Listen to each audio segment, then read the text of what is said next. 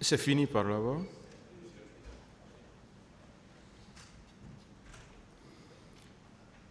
Est-ce que le ministère public a quelque chose à dire? Oui, Monsieur le Président. Après le ministère public. Ou bien vous avez quelque chose de particulier à dire? Allez-y. Merci, Monsieur le Président. Messieurs les assesseurs. Bon, avant que vous ne commenciez, là, on n'est pas à la phase des plaidoiries et des réquisitions, parce que on a dû comprendre ça à certains moments. Donc, il faut que tout le monde comprenne que si on se met à répéter les mêmes choses, le tribunal peut arrêter n'importe qui et à n'importe quel moment. Là, c'est pour toutes les parties, parce qu'on ne va pas se mettre à répéter les mêmes choses. Allez-y. Merci, Monsieur le Président. Monsieur le Président, nous prenons la parole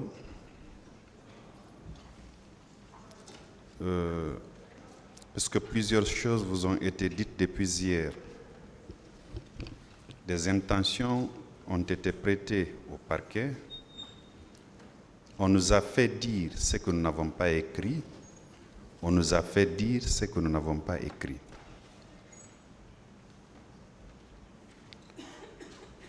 Je voudrais ici, Monsieur le Président, revenir sur un certain nombre d'éléments et pour la gouverne du tribunal. Mais avant, grande a été ma surprise hier d'apprendre de certains conseils des accusés, ou plutôt d'entendre certains conseils des accusés prêter à votre tribunal des intentions qui sont loin de vous. Et d'aucuns sont allés jusqu'à menacer de boycotter les audiences au cas où votre tribunal accéderait à la demande de requalification sollicitée par le parquet.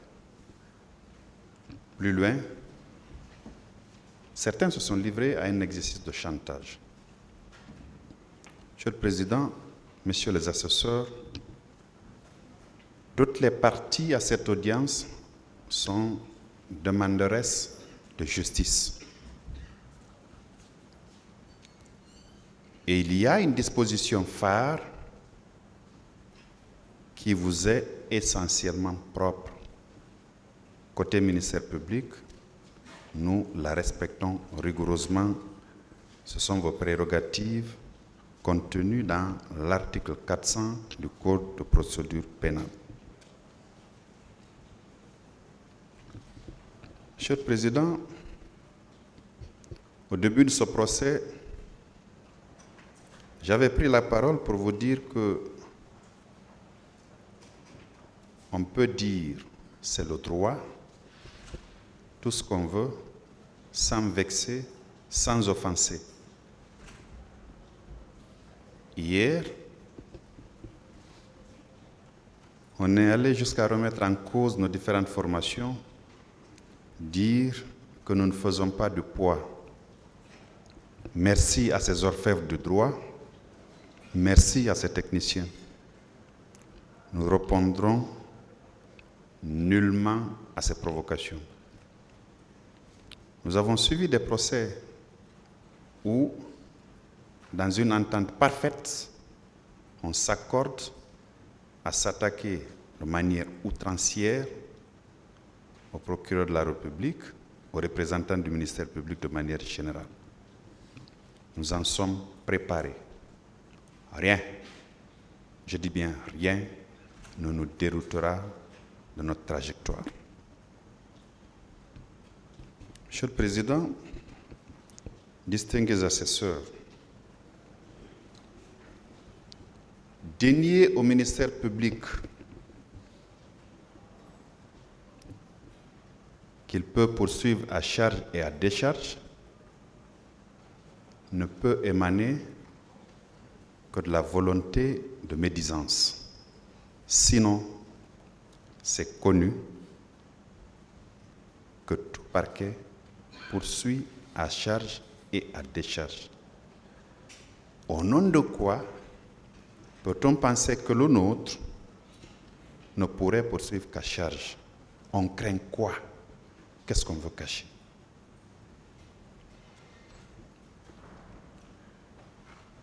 J'ai entendu, Monsieur le Président, dire qu'au cas où la demande de requalification serait acceptée par votre juridiction, que les débats seraient repris à zéro.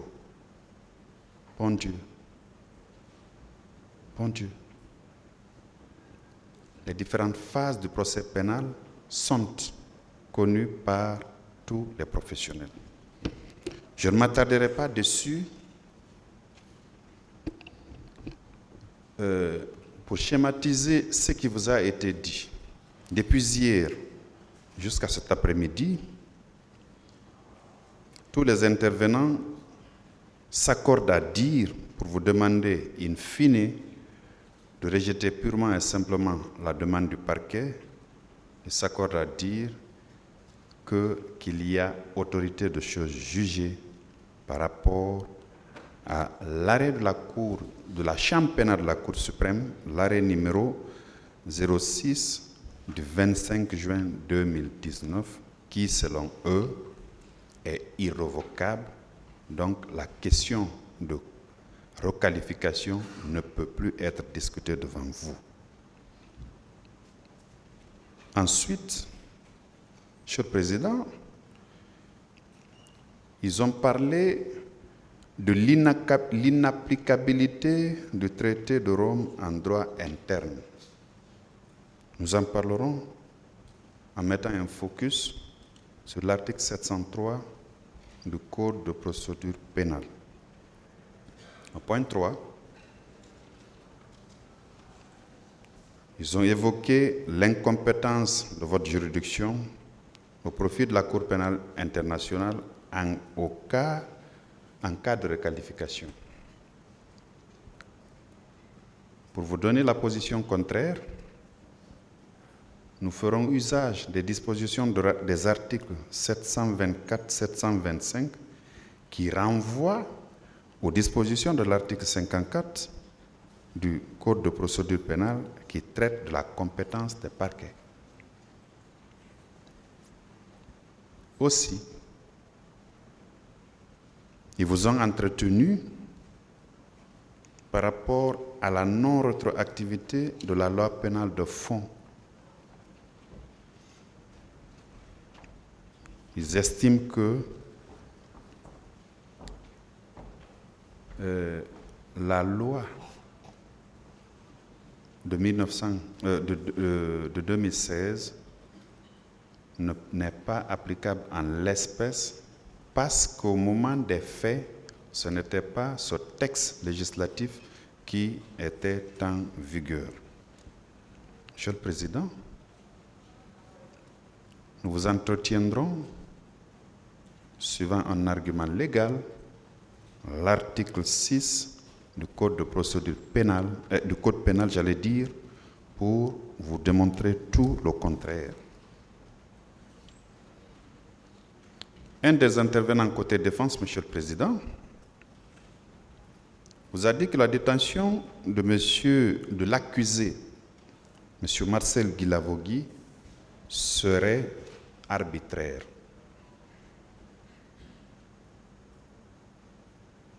Monsieur le Président, à notre avis, ministère public, l'article 288 du Code de procédure pénale règle définitivement cette question de détention. On l'avait dit ici il y a un peu longtemps, mais je pense que les gens ont dû oublier. C'est pour ça que la question a été remise en débat ici. Monsieur le Président, on finira par les infractions de crimes contre l'humanité et de responsabilité de commandement pour réitérer nos réquisitions contenu dans l'écrit qui vous a été déposé, Monsieur le Président. Monsieur le Président, distingués assesseurs,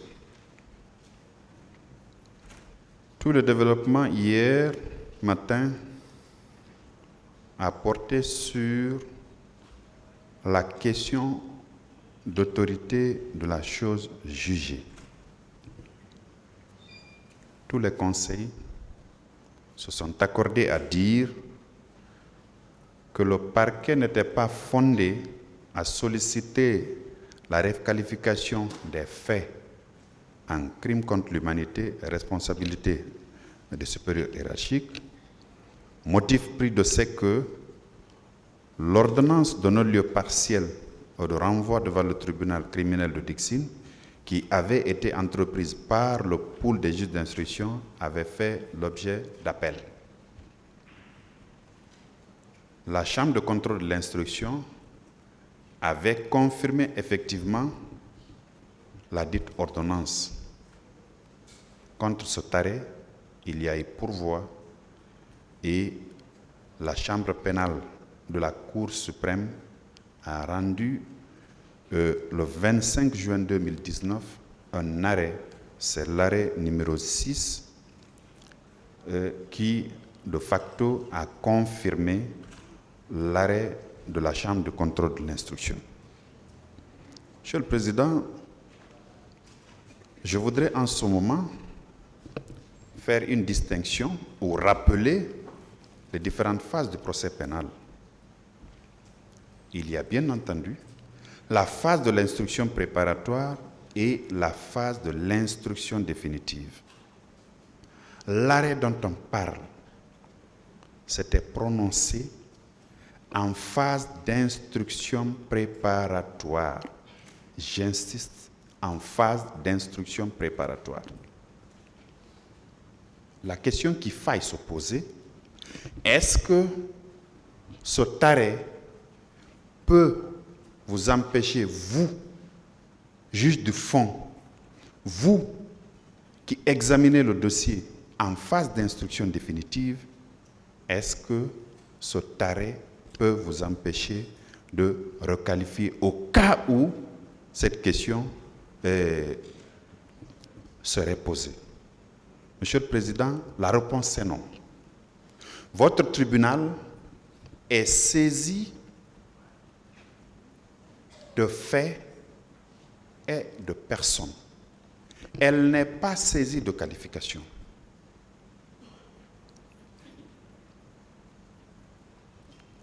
Votre juridiction n'est pas saisie de qualification. Rien sur le plan légal ne vous empêche de restituer aux faits leur véritable qualification. Vous le faites à longueur de journée, Monsieur le Président, les juridictions l'en font à longueur de journée.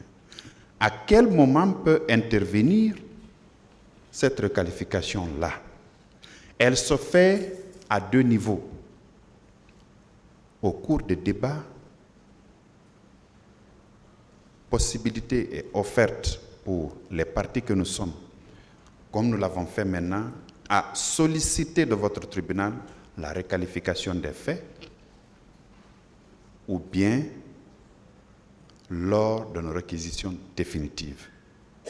C'est un choix qui nous est donné, c'est une latitude que nous avons de le faire soit pendant les débats, ou bien nous attendons complètement lors d'une réquisition définitive.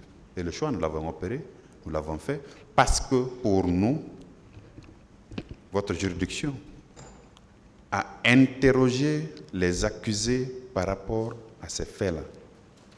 Ensuite, on a procédé à l'audition des différentes parties civiles. Également, votre tribunal a procédé à la déposition des témoins. Juste après la déposition des témoins, on a projeté les éléments audio et vidéo qui se trouvaient dans le dossier.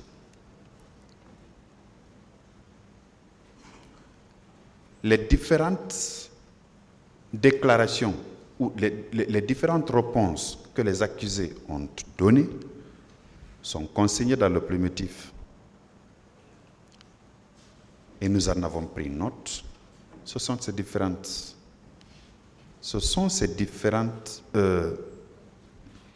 réponses que nous avons agencées et les différentes déclarations des parties civiles également, les différentes dépositions de témoins, en sus de ce que nous avons écouté et vu ensemble ici. Voici ce qui a fondé, Monsieur le Président, notre démarche. Je rappelle encore que le juge du fond, c'est vous. Votre tribunal, encore une fois, n'est pas saisi de qualification, il est saisi de faits et de personnes. Donc, Monsieur le Président, l'arrêt dont on parle, je reviens encore une fois pour vous dire qu'il ne tranche pas définitivement cette question de qualification devant vous.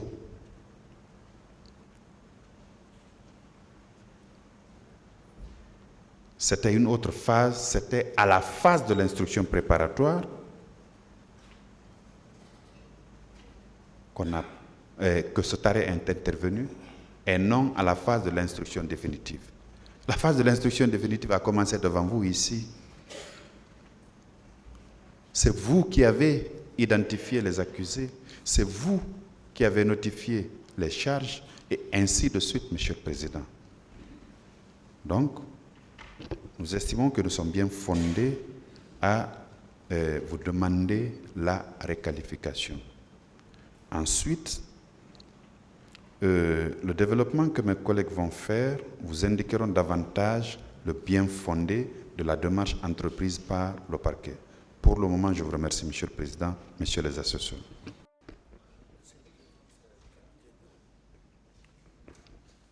Merci, Monsieur le Président, honorables assesseurs.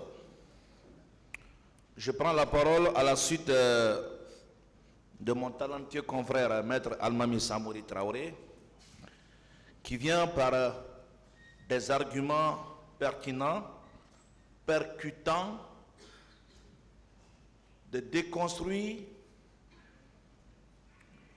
les prétentieuses réquisitions du ministère public. Monsieur le Président, tout d'abord, je voudrais, en application des dispositions des articles 442 et 529, m'assurer que nos écritures que nous venons de déposer sur la table de votre tribunal ont répondu aux formalités posées à l'article 529 du Code de procédure pénale. Je vais, avec votre permission, lire les dispositions de l'article 442 du Code de procédure pénale qui dispose comme suit. Les autres règles relatives au jugement des délits, telles que définies aux articles 532 à 563 du présent Code, sont applicables devant le tribunal de première instance statuant en matière criminelle. Et l'article 529 dit ceci.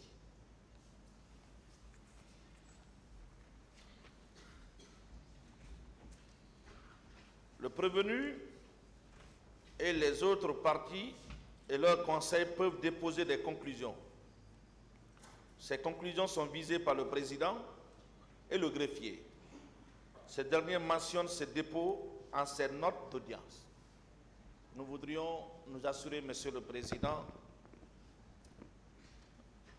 du respect de cette formalité avant de continuer notre développement oral sur votre permission. Allez-y, maître, c'est vous-même qui avez déposé les conclusions, non? Le tribunal les a reçues, non? Oui, nous savons que le tribunal les a reçues, mais le tribunal demande une signature. Et la loi exige une formalité Oui, mais cette formalité, ce n'est pas à vous. C'est au D'accord. tribunal de le faire. Nous considérons que cette Voilà. formalité est remplie Donc, allez-y. et qu'on peut évoluer, Monsieur le Président. Monsieur le Président, nous commençons par faire observer que ces réquisitions intervenues 1 an, 6 mois après l'ouverture de ces débats sont la preuve que le ministère public est convaincu de l'innocence du capitaine Moussa Dadis Camara quant à sa responsabilité pénale individuelle. Il faut chercher des poux sur un crâne rasé, raison pour laquelle il s'est aventuré sur le terrain de la responsabilité de commandement des supérieurs hiérarchiques et autres chefs militaires. Ces réquisitions, sans doute, constituent à nos yeux un acharnement contre le capitaine Moussa Dadis Camara, une manipulation pour faire une justice sélective dont nous sommes certains ne passera pas par votre tribunal. Monsieur le Président, ces réquisitions de 32 pages, par ces réquisitions de 32 pages, ce parquet qui se trouve en face de moi a démontré qu'il est prompt, dynamique, acharné, déterminé à solliciter la requalification des faits contre certains accusés, mais au même moment fait la sourde aux oreilles quant aux interpellations sur des révélations gravissimes qui ont été faites ici au cours des débats. Peut-on sérieusement alléguer une responsabilité de commandement des chefs militaires dans ces débats sans se donner la moindre peine d'engager une poursuite, surtout contre tous les hommes qui étaient sur la chaîne de commandement à l'époque des faits? J'aurais pris cette démarche au sérieux si, accessoirement à cette procédure, comme l'a fait ce parquet contre le colonel Bienvenu Lama et d'autres personnes, si ce parquet avait déjà engagé des poursuites contre le ministre de la Défense et tous ceux qui étaient sur la chaîne de commandement à l'époque des faits. On veut à tout prix incriminer le capitaine Moussa Dadis Camara. On veut par tous les moyens mettre tout sous la tête du capitaine Moussa Dadis Camara. Mais Monsieur le Président, nous avons la conviction que vous n'allez pas accepter quand même que cette pilule passe par votre cuisine. Monsieur le Président, mon brillant et talentueux confrère vous a fait des démonstrations. Je vais, n'est-ce pas, me permettre de ne pas le répéter, même si par moment je serais obligé de revenir sur certains points qu'il a déjà évoqués. La répétition ayant une vertu pédagogique, je ne vais quand même pas m'en lasser de revenir sur certains points qui me paraissent, n'est-ce pas, intéressantes pour la bonne appréciation de cette affaire. Je vais, Monsieur le Président, me réserver de revenir sur les faits de la procédure qui ont été brillamment étayés par Maître Almami Samori Traoré. La défense du capitaine Moussa Dadis Camara a axé son intervention sur 2 angles fondamentaux qu'il a développés. On a reçu du parquet des réquisitions de 32 pages. Mais je dois vous dire, et vous allez convenir avec la défense du capitaine Moussa Dadis Camara, sur les 32 pages, il n'y a qu'une demi-page qui intéresse ces débats. Le reste, le parquet a transformé, manipulé, des faits, recouper ses prétentions pour tenter de vous induire en erreur. Moi, j'avais hâte de découvrir, d'apprendre la démonstration juridique qui soutiendrait ces réquisitions. Mais je n'ai vu nulle part. Et je pense qu'au niveau de la défense, nous sommes unanimes que le ministère public n'a fait aucune démonstration juridique.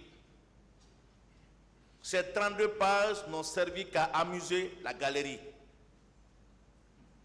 Il n'y a que la demi-page qui, d'ailleurs, m'a l'air d'être recoupée sur Internet, qui a été consacrée là pour alléguer la requalification.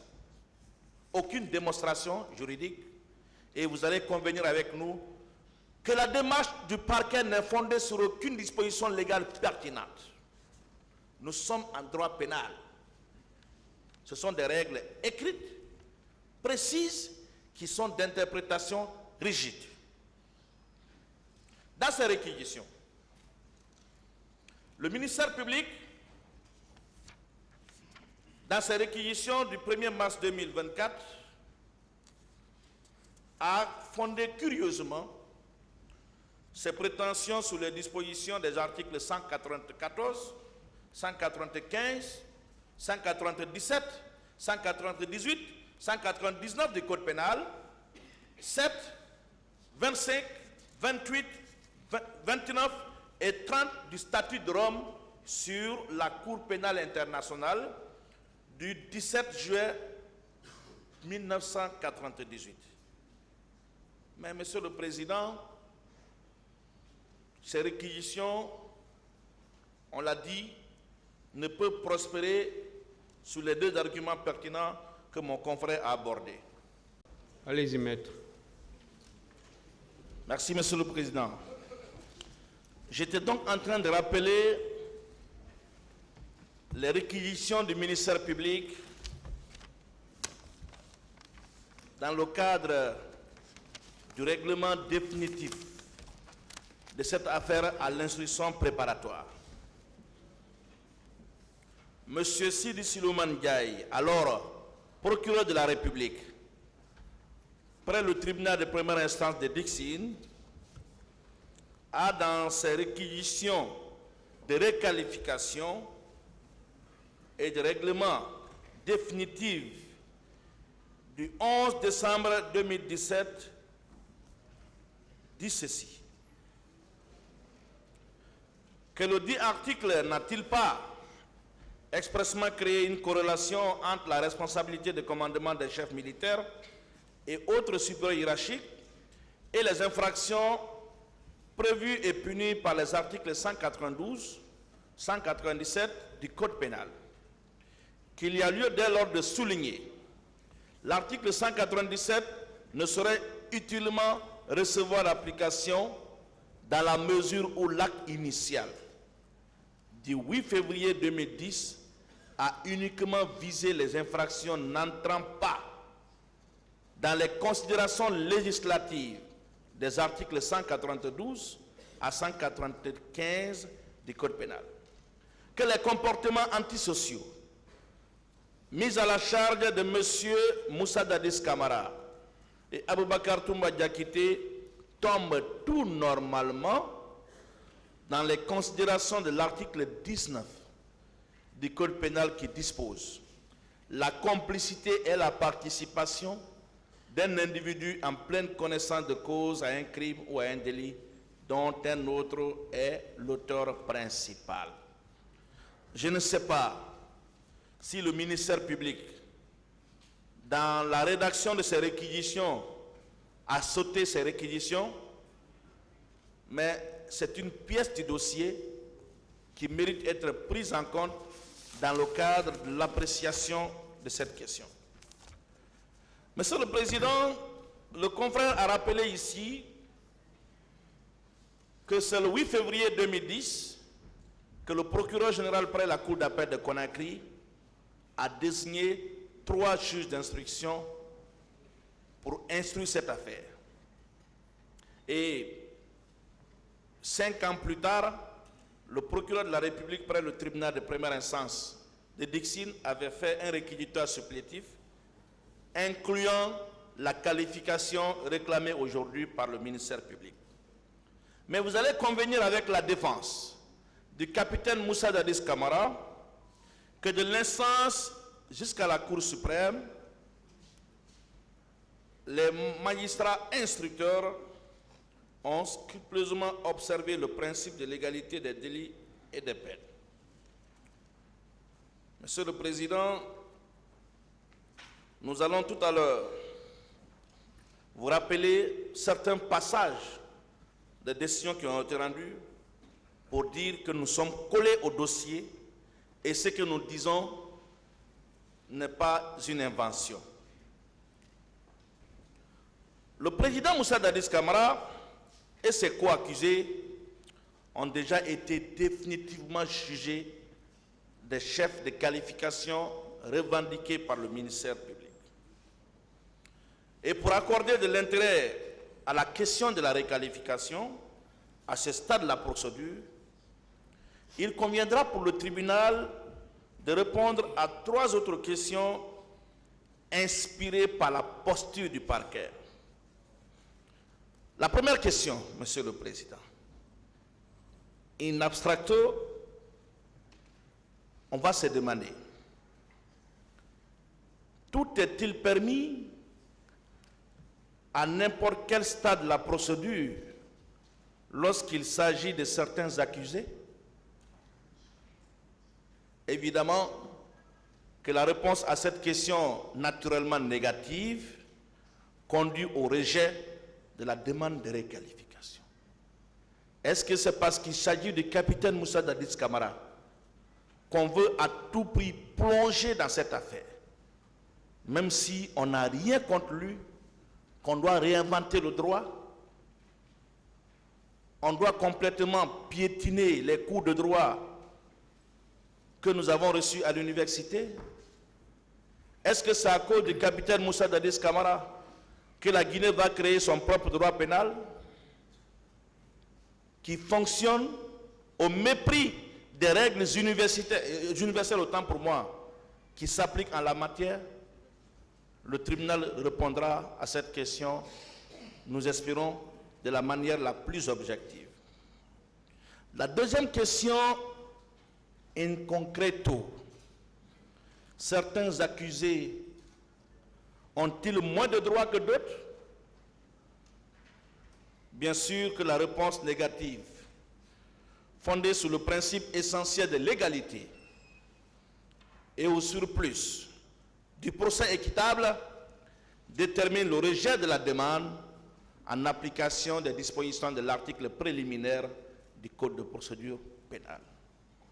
La troisième et dernière question, Monsieur le Président, que vous allez pencher dans le secret de votre délibération, l'ampleur des faits jugés permet-elle la déconstruction des principes de droit suivant les profils des accusés?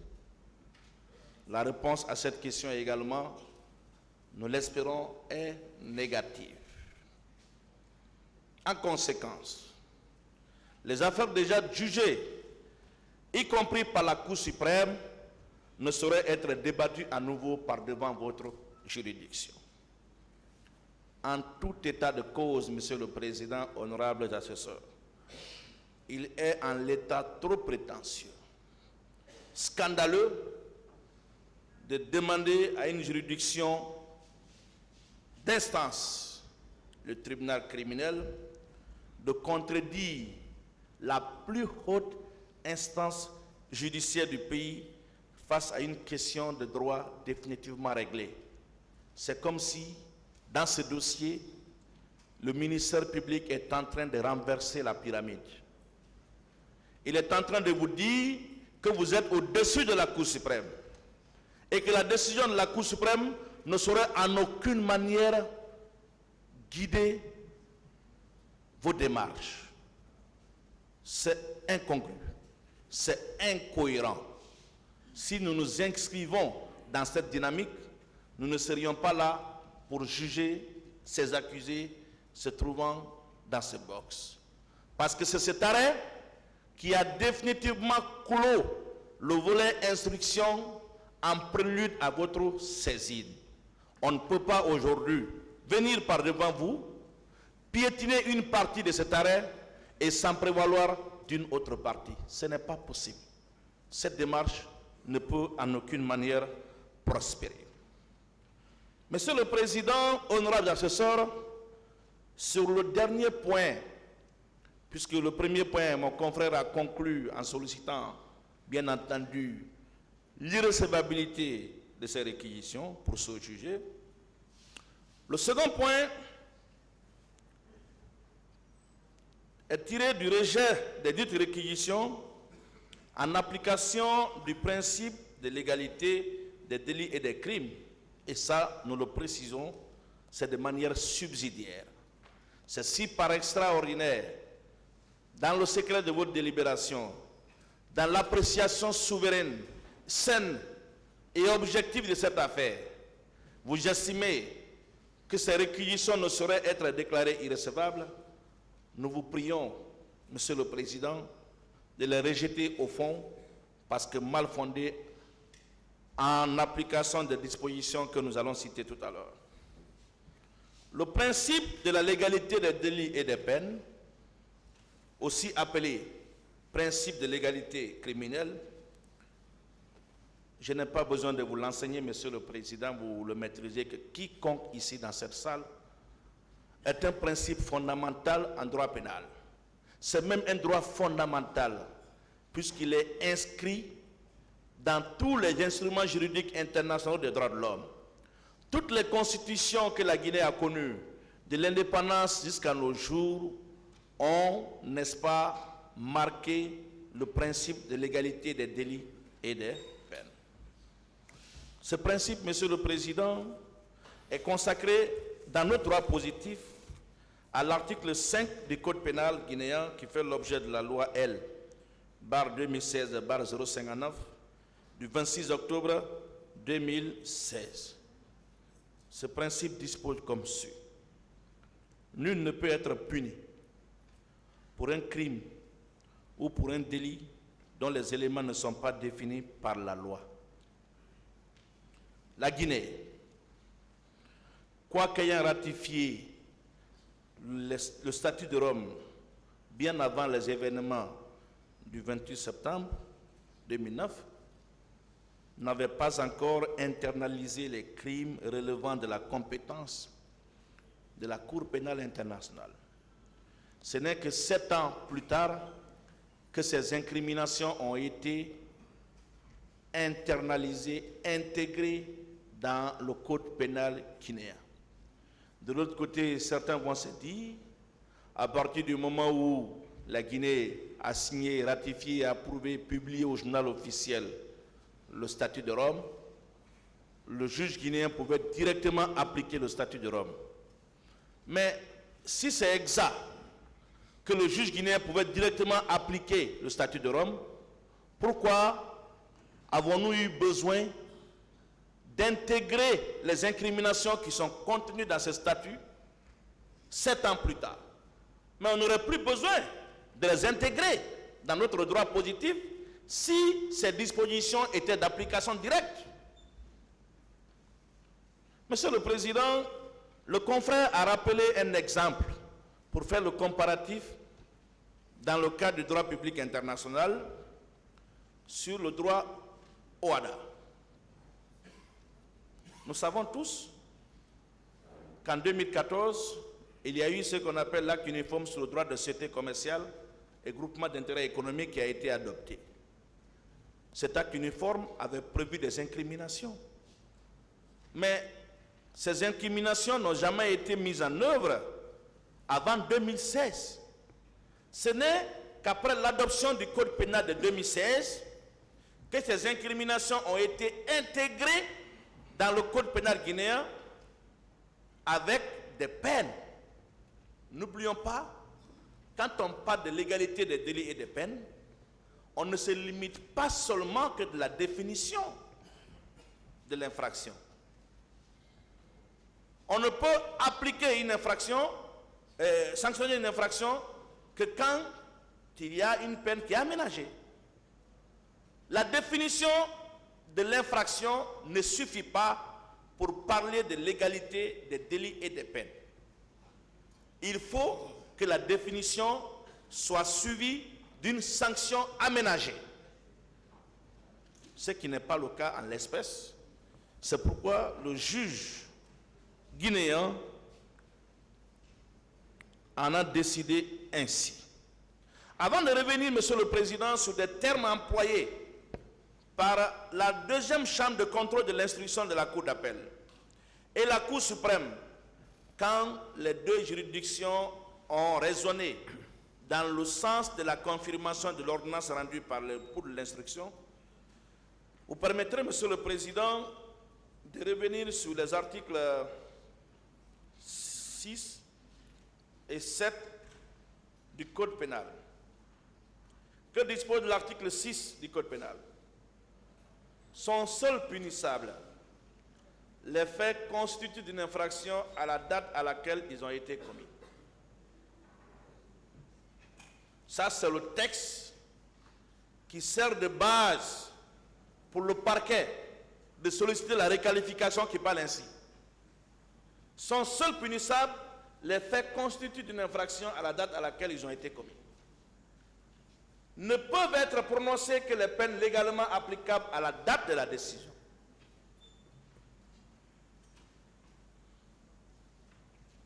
Toutefois, les dispositions nouvelles s'appliquent aux infractions commises avant leur entrée en vigueur et n'ayant pas l'objet d'une condamnation passée en force de la chose jugée lorsqu'elles sont moins sévères que les dispositions anciennes. Ici, Monsieur le Président, l'exception aménagée à l'article 7 ne peut connaître, si c'est autant pour moi, ne peut connaître son application dans cette affaire. On n'est pas en train de parler d'une incrimination qui était prévue dans l'ancien code pénal et qui aurait été reconduite dans le nouveau code pénal. Ce n'est pas le cas. Ce n'est pas la même chose. Pas du tout. Et mieux, dans cette affaire, il y a chose jugée, ce que mentionne l'article 6 du Code pénal. Enfin, l'article 7 du même Code précise ceci. Sont applicables immédiatement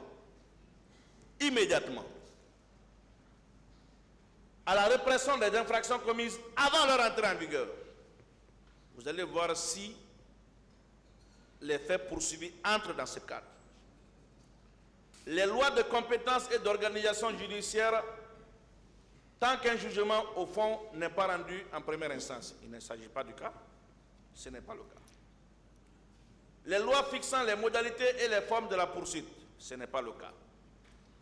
Les lois relatives au régime d'exécution et d'application des peines, ce n'est pas le cas. Toutefois, lorsque les lois relatives au régime d'exécution et d'application des peines comportent des mesures plus sévères, elles ne sont applicables qu'aux condamnations prononcées pour les faits commis postérieurement à leur entrée en vigueur. Ce n'est pas aussi le cas. Que veut le parquet? Que cherche le parquet? Quel enseignement que ce parquet veut donner à ces jeunes étudiants qui viennent s'inspirer de ce qui se passe dans ce prétoire? Qu'est-ce que le parquet veut donner comme exemple dans l'histoire du droit pénal? Monsieur le Président, la requalification sollicitée par le parquet porte sur les incriminations qui n'étaient pas punies, en tout cas dans notre droit positif à l'époque des faits. Et Monsieur le Président, je vais vous rappeler, vous verrez à la page 12 de l'arrêt numéro 23 du 18 mai 2018 de la deuxième chambre de contrôle de l'instruction. Ce n'est pas Maître Pépé Antoine Lama qui parle. Ce n'est pas la défense du capitaine Moussa Dadis qui parle. Ce n'est pas le capitaine Moussa Dadis qui parle. C'est le dossier qui vous parle. C'est l'arrêt de la Cour d'appel qui vous parle. Cet arrêt dit ceci. La requalification des faits par le juge pénal est une conséquence du principe de l'égalité, tel qu'il est notamment défini aux articles 3 à 8 du Code pénal, en vertu desquels un comportement ne peut être puni que s'il entre dans le champ d'application d'une incrimination, avec la conséquence qu'il faut que les faits poursuivis correspondent à l'élément légal. Ça, c'est un élément du dossier. Nous sommes dans le dossier. Nous n'inventons pas, nous ne falsifions pas, nous ne modifions pas non plus les déclarations. Nous sommes dans le dossier. Et ce que j'ai dit est vérifiable.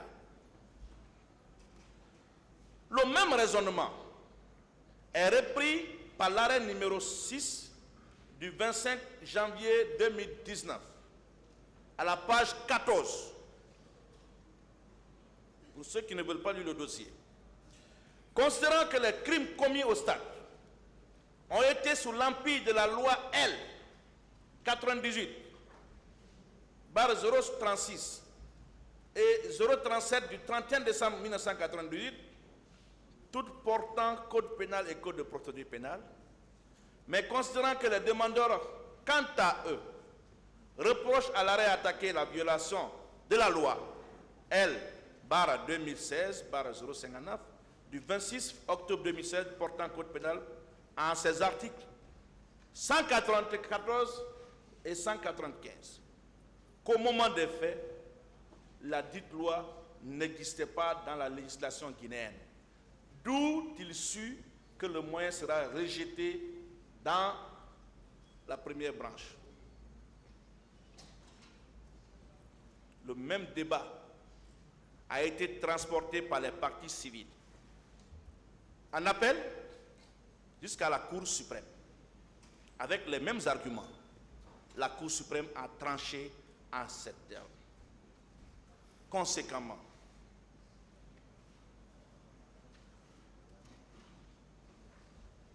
il s'agit là des décisions rendues, Monsieur le Président, honorable assesseur, par les juridictions, y compris celles chargées d'assurer l'unité jurisprudentielle dans l'interprétation de la loi. Nous avons tous fait ici 4 ans à 5 ans, voire plus, dans une faculté de droit. Il a toujours été enseigné, et ce n'est inconnu de personne, que la Cour suprême est la plus haute instance judiciaire du pays et qu'elle a pour mission, entre autres, d'assurer l'unicité de l'interprétation de la loi. Dans l'enseignement de la jurisprudence, dans les facultés, et même au prétoire, on s'est toujours fondé ou apaisanti en bonne partie sur les arrêts de la Cour de cassation française. Et je pense que ce bel exemple doit également guider le comportement du parquet. Monsieur le Président, honorables assesseurs, la pertinence ou l'impertinence en l'état de cette procédure de la question de la requalification dépend de la position du tribunal sur la question de savoir si les arrêts de la Cour d'appel et au surplus de la Cour suprême ont vocation à produire les effets juridiques auxquels même ce tribunal ne doit se soumettre. Si le tribunal considère que ces arrêts rendus par la Cour d'appel et la Cour suprême ne lui sont pas opposables sur des questions qu'elles ont déjà tranchées, alors que la question de requalification pourra probablement encore être considérée comme digne d'intérêt en l'État, seulement, Monsieur le Président, honorables assesseurs, dans cette hypothèse, encore faudra-t-il au tribunal de trouver les fondements juridiques d'une telle posture, ce qui est loin d'être le cas. Mais si inversement, le tribunal considère à raison, puisque cela est conforme au droit, qu'il a pour mission de dire que les arrêts de la Cour suprême produisent les effets que les tribunaux ne sauraient ignorer dans leurs activités judiciaires, la question de la requalification, déjà réglée, quoique étrangement soulevée par le ministère public, deviendra sans objet à cette étape de la procédure, au vu des différents arrêts que nous venons de citer. Par ailleurs, Monsieur le Président, le principe de la légalité des délits et des peines est aussi reconnu à l'article 12 de la Charte de la transition. Quelques mois après le 5 septembre 2021, on a entendu un officier supérieur de la gendarmerie dire « Quand on veut, on applique la loi. Quand on veut, on ne l'applique pas. Nous sommes dans une période d'exception. » Est-ce que cette phrase qui a inspiré le parquet en disant qu'étant donné que nous sommes en transition, c'est quand le parquet veut, il va appliquer la loi, c'est quand il ne veut pas, il décide autrement. Ce n'est pas un tribunal de transition qui est là. Ce n'est pas un tribunal qui s'inspire des règles du désordre. C'est un tribunal qui marche sous la loi. Monsieur le Président, l'article 12 de la Charte de la transition est très clair. Nul ne peut être arrêté, inculpé, ni détenu que dans les cas prévus par la loi promulguée antérieurement à la commission de l'infraction qu'elle réprime. Les arrestations et les détentions arbitraires sont interdites par la loi. Monsieur le Président, au centre de la question de requalification abusive en l'état de la procédure, qui paraît banale aux yeux du ministère public, se trouve un principe essentiel de l'administration de la justice. C'est la question de la sécurité juridique. La question de la sécurité juridique. Le parquet est en train de vous tendre un piège. Si vous succombez à ce piège, je vous assure, la Cour de justice de la CEDEAO n'hésitera pas à rappeler à la légalité. La Cour de justice de la CEDEAO. Monsieur le Président, honorables assesseurs, cette question de sécurité juridique est d'une importance telle qu'elle est consacrée à l'article 6 de la Charte africaine des droits de l'homme et des peuples, qui exige la prévisibilité de la loi dans son application de façon à remplir le critère de légalité sans lequel l'accusé est exposé à l'arbitraire. Il résulte de ces considérations que le tribunal a le choix.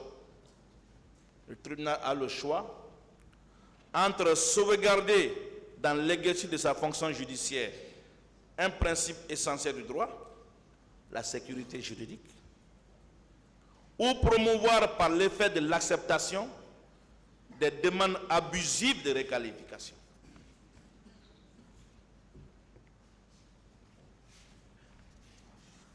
L'arbitraire.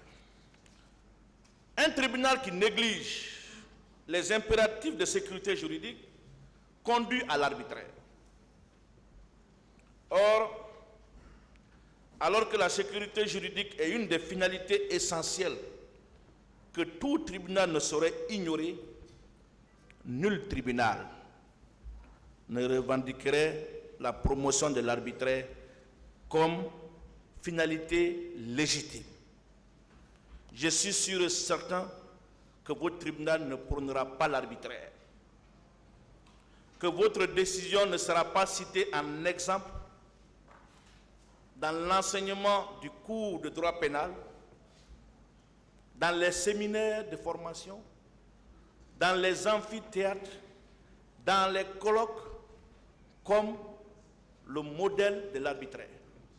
Bien au contraire, votre décision, nous l'espérons, pourrait inspirer d'autres au-delà de nos frontières. Le tribunal que vous présidez, Monsieur le Président, avec vos vaillants assesseurs, doit recadrer le ministère public dans ses excès. Il résulte clairement de ces considérations légales, Monsieur le Président, que les réquisitions du ministère public ne sont pas fondées et qu'il convient de le débouter. Monsieur le Président, au-delà, au regard de tout ce que je viens de dire, vous allez, dans le secret de vos délibérations, décider ce qui suit.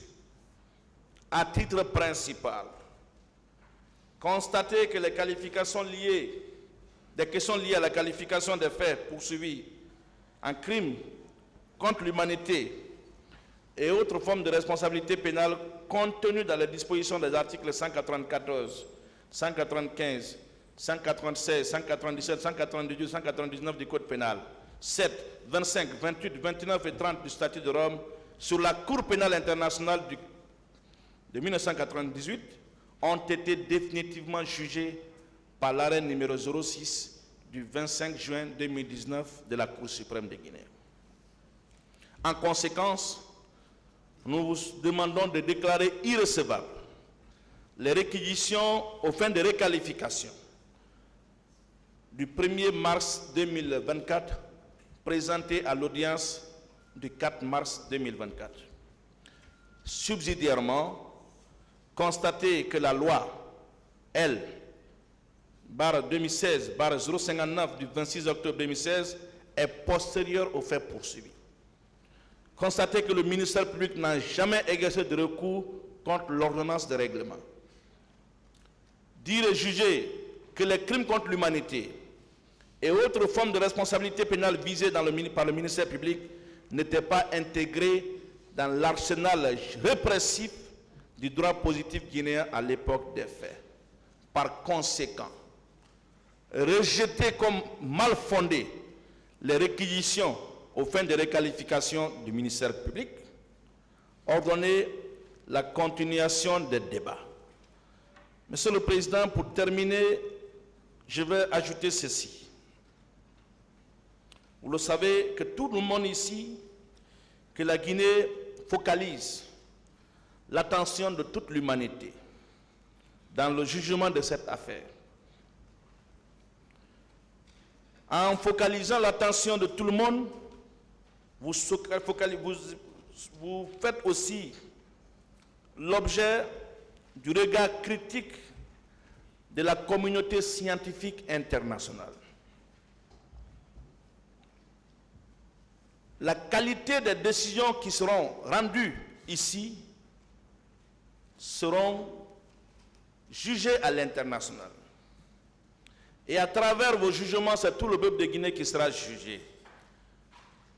À travers les décisions qui seront prononcées, c'est l'université guinéenne qui sera jugée. Si une mauvaise décision est rendue ici, si le coup est tordu au droit, si la loi est appliquée parce qu'il s'agit du capitaine Moussa Dadis Camara d'une manière aussi abusive, c'est toute l'humanité aussi qui va nous juger. Pour moi, les décisions qui seront rendues ici, que ça plaise au ministère public ou pas, que ça plaise à la défense ou pas, que ça plaise à la partie civile ou pas, ces décisions doivent être inspirées du droit et non de l'arbitraire et non des influences, Monsieur le Président. Monsieur le Président, ce n'est pas parce qu'il s'agit d'atteindre le capitaine Moussa Dadis Camara qu'on doit réinventer un droit pénal qui fait fi aux règles scientifiquement et universellement reconnues. Monsieur le Président, honorables assesseurs, on ne doit pas donner un mauvais exemple et la décision qui sera rendue ne doit pas servir de mauvais précédent. La crédibilité de ce procès se joue à travers l'appréciation de cette question. Je vous remercie.